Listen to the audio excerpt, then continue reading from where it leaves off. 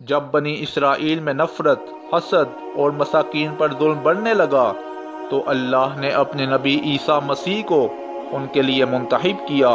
اور یوں اللہ کے نبی عیسیٰ علیہ السلام بنی اسرائیل کے بڑے بڑے عالم اور معتبر لوگوں سے کہنے لگے کہ کیوں ظلم کرتے ہو، غریبوں کا حق کیوں کھاتے ہو؟ اے لوگو، حقیقی اللہ وہ ہے جو تمام انسانوں کو برابر کے حقوق دیتا ہے، جس کے نزدیک امیر اور غریب میں کوئی فرق نہیں۔ لوگ عیسیٰ علیہ السلام کا مذاق اڑانے لگے اور پھر اللہ کے نبی اللہ کی نشانیاں زمین پر ظاہر کرنے لگے۔ آپ کو مسیح اس لیے کہا جاتا ہے کیونکہ مسیح کا مطلب زمین پر کثرت سے سیاحت کرنے والا یا ہاتھ پھیرنے والا ہے، کیونکہ آپ جب نابینا کی آنکھوں پر ہاتھ پھیرتے تھے تو وہ دیکھنا شروع کر دیتا تھا۔ آپ جب مٹی کے پرندے بنا کر ہوا میں پھینکتے تھے تو وہ مٹی کے پرندے زندہ ہو کر ہوا میں اڑنا شروع کر دیتے تھے، اور آپ جب کسی مردے پر ہاتھ رکھتے تھے تو اللہ کے فضل سے وہ زندہ ہو کر بولنا شروع کر دیتا تھا۔ بنی اسرائیل کے لوگوں نے جب یہ معجزات دیکھے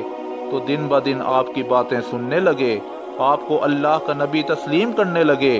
اور یہی ڈر اس وقت کے ظالم بادشاہوں کو کھانے لگا کہ کہیں لوگ عیسیٰ مسیح کو اللہ کا نبی سمجھ کر اپنا بادشاہ نہ بنا لیں۔ تو بس بنی اسرائیل کے بادشاہ اللہ کے نبی کو شہید کرنے کی سازش بنانے لگے۔ حضرت عیسیٰ علیہ السلام تمام لوگوں سے مخاطب ہو کر فرمانے لگے کہ اے لوگو، اللہ سے ڈرو، میں اللہ کی طرف سے آیا ہوں تاکہ تم آپس میں محبت اور امن سے رہ سکو۔ کچھ لوگ آپ پر ایمان لے آئے اور کچھ وقت کے بادشاہوں کے ساتھ آپ کو قتل کرنے کی سازش کرنے لگے۔ تاریخ نے لکھا کہ آپ کے ساتھ 12 حواری تھے اور ان میں سے بھی کچھ کا ایمان مکمل نہ تھا، اور اسی بات کا فائدہ اٹھا کر بنی اسرائیل کے بادشاہوں اور عالموں نے ان حواریوں کو خریدنا چاہا۔ ان میں سے ایک جس کا نام یہودا تھا، اس نے وقت کے بادشاہوں کے سامنے اپنے آپ کو بیچ دیا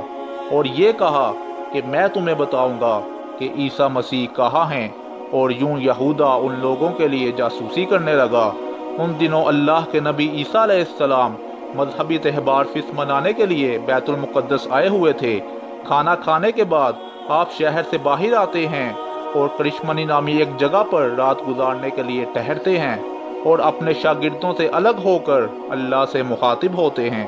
کہ اے پروردگار، میں جانتا ہوں کہ یہاں کے بادشاہ اور عالم مجھے قتل کرنے کا ارادہ رکھتے ہیں۔ اے میرے خالق، میری مدد فرما اور مجھے ان لوگوں کے شر سے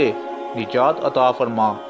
اتنے میں جبرائیل علیہ السلام اللہ کے حکم کے ساتھ نازل ہوتے ہیں اور فرماتے ہیں کہ اے ابن مریم، اللہ فرماتا ہے کہ آج رات تجھے زمین سے آسمانوں کی طرف اٹھائے گا اور ان لوگوں کے شر سے تجھے نجات دے گا، اور جو لوگ تجھ پر ایمان لائے ہیں ان کو ان کافروں پر فضیلت بخشے گا۔ اے روح اللہ، تیری بلندی کا وقت آ پہنچا ہے۔ اور بس اللہ نے ایسا معجزہ دکھایا کہ یہودا کا حلیہ عیسیٰ مسیح جیسا ہو گیا، اور عیسیٰ علیہ السلام کو اللہ نے آسمانوں کی طرف بلند کر دیا۔ بس جیسے ہی بادشاہ کے لوگ عیسیٰ علیہ السلام کو گرفتار کرنے کے لیے آئے تو انہوں نے جاسوس یہودا کو گرفتار کر لیا،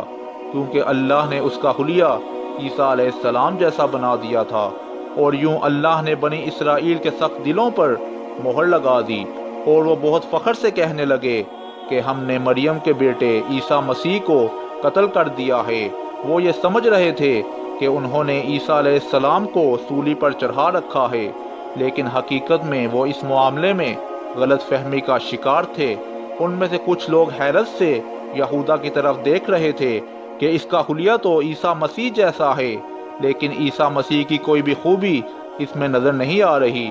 وہ بس اپنے فہم و گمان کی پیروی کر رہے تھے۔ حقیقت تو یہ ہے کہ انہوں نے عیسیٰ علیہ السلام کو قتل نہیں کیا تھا، کیونکہ عیسیٰ علیہ السلام کو اللہ نے صحیح سلامت آسمانوں کی طرف بلند کر دیا تھا، اور قیامت سے پہلے ان کو پھر سے ظاہر کرے گا